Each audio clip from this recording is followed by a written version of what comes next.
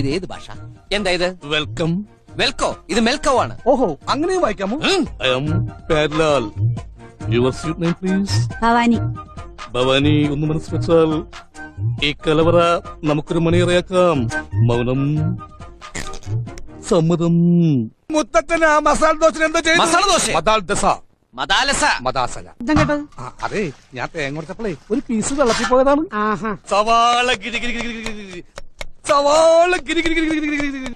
ആഹാ, അച്ചോടിനെ പോലെ തന്നെ. അതെന്താ സാമ്പാറിന് താടി മീശണ്ടാ?